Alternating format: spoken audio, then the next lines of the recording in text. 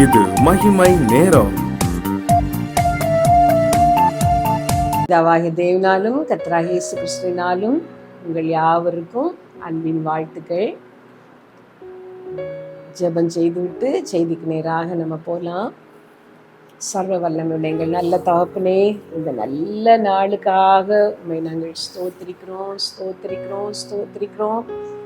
எங்களுக்காக பாடுகளை சகித்து சிலுவையிலே மறித்து நீர் 3ஆம் நாளிலே உயிரோடு எழும்பினதை நாங்கள் கொண்டாடுகிற இந்த உயிர்த்தெழுதலின் திருநாளுக்காக உம்மை நாங்கள் ஸ்தோத்தரிக்கிறோம்ப்பா.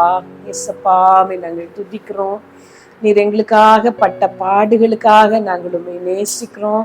நீர் எங்களுக்காக உயிர்த்தெழுந்து பிதாவின் சமூகத்திலே எங்களுக்காக பரிந்து பேசும்படிக்கே நீர் உயிரோடு இருக்கிறதினால் உமக்கு நன்றி சொல்லுகிறோம். ராஜாதி ராஜாவாக நீர் வரப்போகிறீர் என்கிற நம்பிக்கைக்காக உமக்கு நாங்கள் ஸ்தோத்திரம் செலுத்துகிறோம். நன்றி ஏசப்பா, நன்றி நன்றி நன்றி. அந்த நல்ல நாளிலே நாங்கள் எல்லாரும் உம்மை துதிக்கிறோம், உம்மை வாழ்த்துகிறோம், உமக்கு மகிமை செலுத்துகிறோம்ப்பா. இப்போதும் கர்த்தாவே, நாங்கள் தியானிக்க போகிற இந்த வார்த்தைகளை எங்கள் எல்லாருக்கும் ஆசீர்வதிச்சு தாரோம்.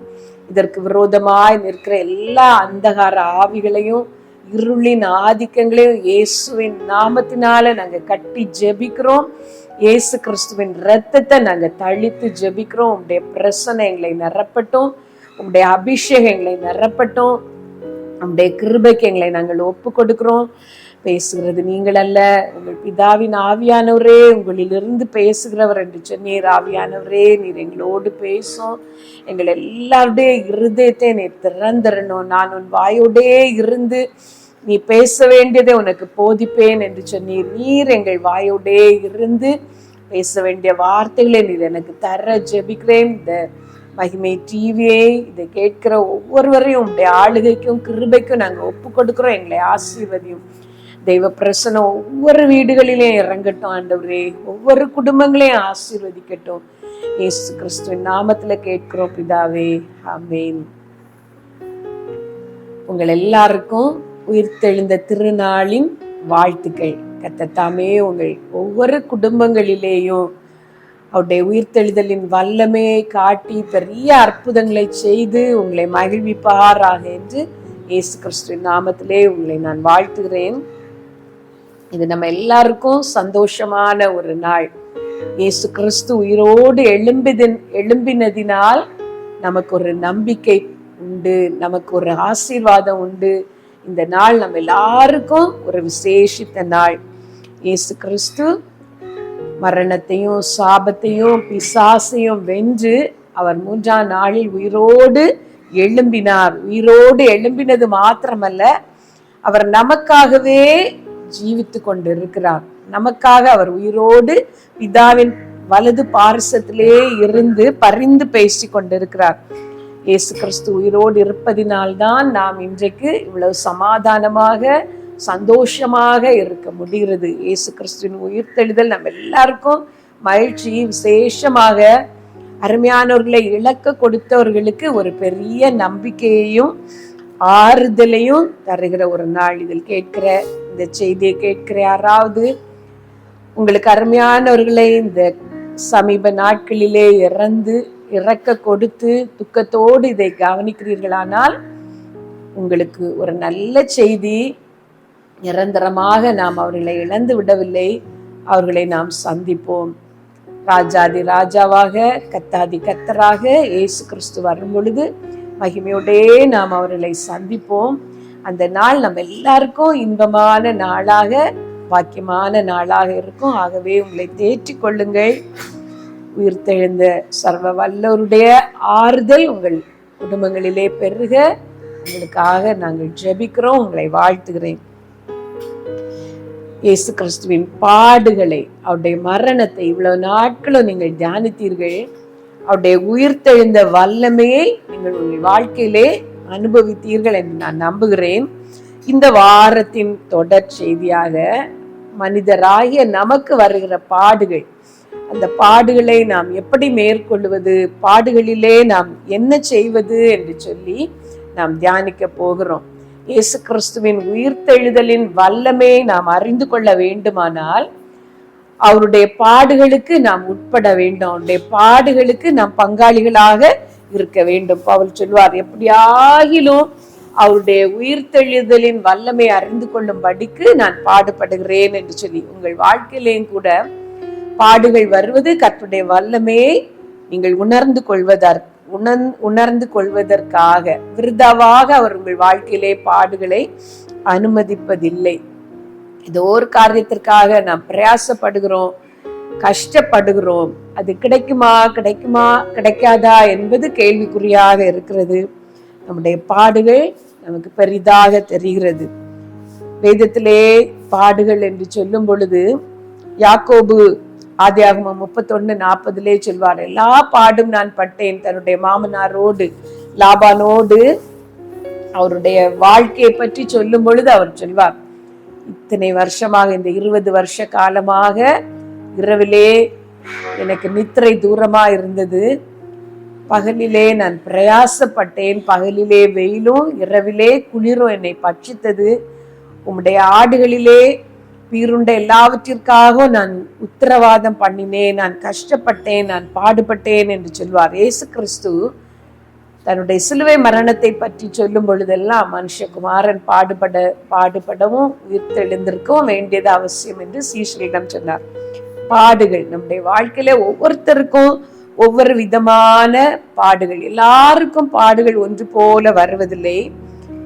ஒரே பாடுபடுகிறவர்கள் கூட ஒரே விதமாக அதன் வேதனையை அனுபவிப்பதில்லை. எல்லாருடைய வாழ்க்கையிலேயும் பாடுகள் வரவே தான் செய்கிறது. நீங்களும் கூட ஒருவேளை வியாதியினால் கஷ்டப்பட்டு கொண்டிருக்கலாம், இல்லை பிள்ளைகளினால் நீங்கள் பாடுபட்டு கொண்டிருக்கலாம். ஏதோ ஒரு விதத்திலே எல்லாரும் சந்தோஷமாக கொண்டாடுகிற பொழுது உங்களுக்கு மட்டும் அந்த நாள் சந்தோஷமாக கொண்டாட முடியாதபடி ஏதோ ஒரு வருத்தம், ஏதோ ஒரு வேதனை உங்களை அழுத்தி கொண்டு இருக்கலாம். ஆனால் உங்களுக்கு ஒரு நம்பிக்கை உண்டு, இந்த பாடு அப்படியே இருந்துவிட போவதில்லை. இதற்கு பின்னால் உங்களுக்கு ஒரு ஆசீர்வாதம் உண்டு, இதற்கு பின்னால் நீங்கள் சந்தோஷப்படுகிற நேரம் உண்டு. ஆகவே நீங்கள் திடன் கொள்ளுங்கள். உங்கள் கண்ணீரை எல்லாம் துடைத்து விட்டு ஆண்டோரிடத்திலே மன மகிழ்ச்சியா இருங்கள். கர்த்தர் உங்களுக்காக பெரிய காரியங்களை ஆண்டவர் உங்களுக்கு செய்வார். பாடுகளின் போது நாம் என்ன செய்ய வேண்டும் என்று சொல்லி ஒரு வசனத்தை நான் உங்களுக்காக சொல்லிவிட்டு இந்த செய்தியை நான் முடிக்கிறேன். மத்தேயு 11:28 இயேசு கிறிஸ்து சொல்லி இருக்கிறார், வருத்தப்பட்டு பாரம் சுமக்கிறவர்களே, நீங்கள் எல்லாரும் என்னிடத்தில் வாருங்கள், நான் உங்களுக்கு இளைப்பாறுதல் தருவேன். இந்த உலகத்தின் பாடுகள் நம்மை அழுத்தும் பொழுது, இந்த உலகத்தின் கஷ்டங்கள் நம்மை வேதனைக்குள்ளாக்கும் பொழுது, வாழ்வதே நமக்கு கடினமாக, வாழ வேண்டுமா என்பது நமக்கு ஒரு கேள்விக்குறியாக இருக்கும் பொழுது நாம் செய்ய வேண்டிய ஒரு காரியம், இயேசு கிறிஸ்துவினிடத்தில் நாம் வர வேண்டும். வேற எதெல்லாமோ நாம் முயற்சி செய்கிறோம், யாரிடம் இல்லாமோ நாம் போகிறோம். அதை விட நமக்கு பிரயோஜனமானது, நமக்கு அவசியமானது, வேண்டியது இயேசு கிறிஸ்துவின் இடத்தில் நாம் வருவதுதான். அவர் சொல்லுகிறார், வருத்தப்பட்டு பாரம் சுமக்கிறவர்களே, நீங்கள் எல்லாரும் என்னிடத்தில் வாருங்கள். அது எவ்வளவு பெரிய பாரமானாலும் சரி, எவ்வளவு பெரிய பிரச்சனையானாலும் சரி, இயேசு கிறிஸ்துவினிடத்தில் நாம் வரும் பொழுது அவர் நமக்கு விடுதலை தருகிறார். இயேசு கிறிஸ்துவினிடத்தில் நாம் வரும் பொழுது அந்த பாடுகளை, அந்த பாரங்களை அவர் ஏற்றுக்கொண்டு நமக்கு சமாதானத்தையும் அந்த பாடுகளுக்கான பிரதிபலனையும் அவர் நமக்கு தருகிறார். இந்த செய்தியை கேட்கிற நீங்களும் கூட வேதனையோடு இதை கவனிக்கிறீர்களானால் ஒரு நிமிடம் உங்கள் கண்களை மூடி ஜெபிப்பீர்களா? ஆண்டவருடைய சமூகத்தை நோக்கி பார்த்து, ஏசப்பா, இது எனக்கு தாங்க முடியாத ஒரு போராட்டமாக, இது ஒரு பாடாக, இது ஒரு வேதனையாக எனக்கு இருக்கிறது ஆண்டவரே. இதை என்னிடத்திலிருந்து எடுத்து போடும். இதை எப்படி கையாள்வது என்று எனக்கு தெரியவில்லை. நீர் எனக்கு உதவி செய்யும். இந்த பாடுகளின் ஊடாக நான் போனாலும் கடைசியிலே எனக்கு ஒரு ஜெயத்தை தாரும் என்று சொல்லி ஆண்டவரிடத்திலே ஜெபிப்பீர்களா? சர்வ வல்லமையுள்ள எங்கள் நல்ல தகப்பனே, இந்த நல்ல வேலைக்காக, இந்த நல்ல மத்தியான வேலைக்காக நாங்கள் ஸ்தோத்தரிக்கிறோம்ப்பா, ஸ்தோத்தரிக்கிறோம். நீர் எங்களுக்காக உயிர் தெழுந்ததற்காய் உம்மை நாங்கள் துதிக்கிறோம்ப்பா. எங்களுக்கு ஒரு நம்பிக்கையை நீர் தந்ததற்காய் உம்மை நாங்கள் ஸ்தோத்தரிக்கிறோம். இப்போதும் கர்த்தாவே, முழுமையாய் வாழ்க்கையின் சந்தோஷத்தை அனுபவிக்க கூடாதபடிக்கு பாடுகளினாலே துக்கப்பட்டு கொண்டிருக்கிற ஒவ்வொருத்தருக்காகவும் விசேஷமாய் நான் ஜெபிக்கிறேன் ஆண்டவரே. ஒவ்வொருத்தரையும் தொடும்ப்பா. தெய்வ கிருபை உங்கள் மேல் இறங்குகிறது, தெய்வ பிரசன்னம் உங்கள் மேல் இறங்குகிறது. இயேசு கிறிஸ்துவிடம் உங்கள் இருதயத்தை திறந்து சொல்லி பாருங்கள், இயேசுப்பா இதை எடுத்து போடும், எனக்கு தாங்க முடியவில்லை ஆண்டவரே, எனக்கு ஒரு சமாதானத்தை தாரும், இந்த பிரச்சனையில எனக்கு ஒரு முடிவை தாரும் என்று கேட்டு பாருங்கள். கர்த்தர் உங்களுக்காக அதிசயங்களை செய்வார். கர்த்தருடைய வல்லமை ஒவ்வொரு மேலும் இறங்குகிறது. இயேசுவின் நாமத்தினால, இயேசு கிறிஸ்துவின் நாமத்தினால கர்த்தாவே உம்முடைய பிள்ளைகளுக்கு ஒரு விடுதலை உண்டாவதாக. எல்லா பலவீனங்களையும் எடுத்து போடும் ஆண்டவரே. சுகமாய் உடைய பிள்ளைகள் வாழட்டும் கர்த்தாவே. என்ன பிரச்சனையானாலும் பிள்ளைகளின் நிமித்தம், பிள்ளைகளின் வார்த்தைகளின் நிமித்தம், மற்றவர்களுடைய பிரச்சனைகளின் நிமித்தம் கஷ்டப்பட்டு கொண்டிருக்கிற ஒவ்வொருத்தருக்கும் இந்த பாடுகளை நீர் லகுவாக்கி தாரும். அதிலிருந்து வெற்றியோடு வெளியே வர்ற உதவி செய்யும். உம்முடைய உயிர்த்தெழுந்தலின் வல்லமே நாங்கள் ஒவ்வொருவரும் காணட்டும் ஆண்டவரே. ஒவ்வொருவருடைய வாழ்க்கையிலையும் இயேசுவின் நாமத்தினால அதிசயங்கள் நடக்கும்படி நாங்கள் ஜெபிக்கிறோம். நீர் எங்களுக்கு அற்புதங்களை செய்யும். உண்மையே நாங்கள் நம்பி இருக்கிறோம், உண்மையே நாங்கள் நோக்கி பார்க்கிறோம். பெரிய காரியங்களை எங்களுக்கு செய்யும். இயேசுவின் நாமத்துல கேட்கிறோம். எல்லா மகிமையும் உமக்கு செலுத்துகிறோம் எங்கள் நல்ல பிதாவே. ஆமீன்.